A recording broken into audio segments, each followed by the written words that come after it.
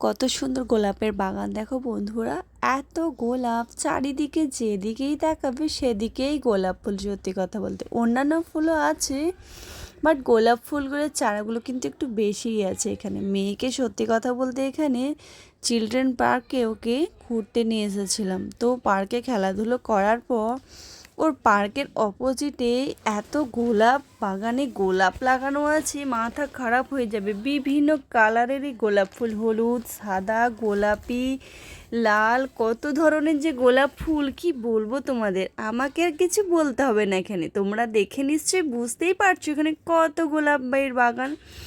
সত্যি কথা বলতে এত ফুলের চারা ছিল ওখানে, যেন মনে হচ্ছিল ও থেকে কয়েকটা নিয়ে আমি বাড়ি চলে গিয়ে লাগাই, কিন্তু এখানে তো এটা নেওয়া যাবে না।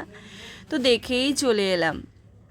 তারপর ওখানে ফুলের বাগানটা দেখার পর মেয়ের ইচ্ছে হয়েছে আইসক্রিম খাবে। আর সত্যি কথা বলতে ও যেখানেই যায় ওখানেই না আইসক্রিমটা ওকে খাওয়াতেই হবে, না হলে ওখান থেকে কিছুতেই আসে না। আর একটা জিনিস কিন্তু ওর খুব পছন্দ, সেটা কি জানো, এই যে বাদাম ভাজা। বাদাম ভাজা পাগল পুরো, সেরকম আইসক্রিমেরও পাগল।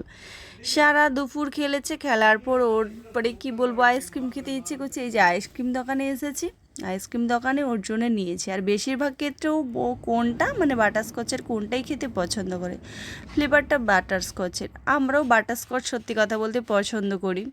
আর ওর বাবার একটু ঠান্ডা লেগেছিলো বলে ও খাবে না বলছে। আমি জোর করে বললাম না একটা খেয়েই দেখো মেয়ের জন্য। তারপর তিনজনে তিনটা নিয়ে নিলাম। সত্যি কথা বলতে নিয়ে নেওয়ার পর কিন্তু এই যে দেখো আমরা কিন্তু এখানে চলে এসেছি। যার আমার মেয়ের কীর্তিটা দেখো, ও নিজের মতো আইসক্রিমটা নিয়ে দৌড়াচ্ছে, বলে দেখছো আইসক্রিম, মানে ওই যে আইসক্রিমটাও পেয়েছে, ও যে কতটা খুশি হয়েছে সত্যি কথা বলতে তোমাদেরকে সেটা বলে বোঝানো যাবে না।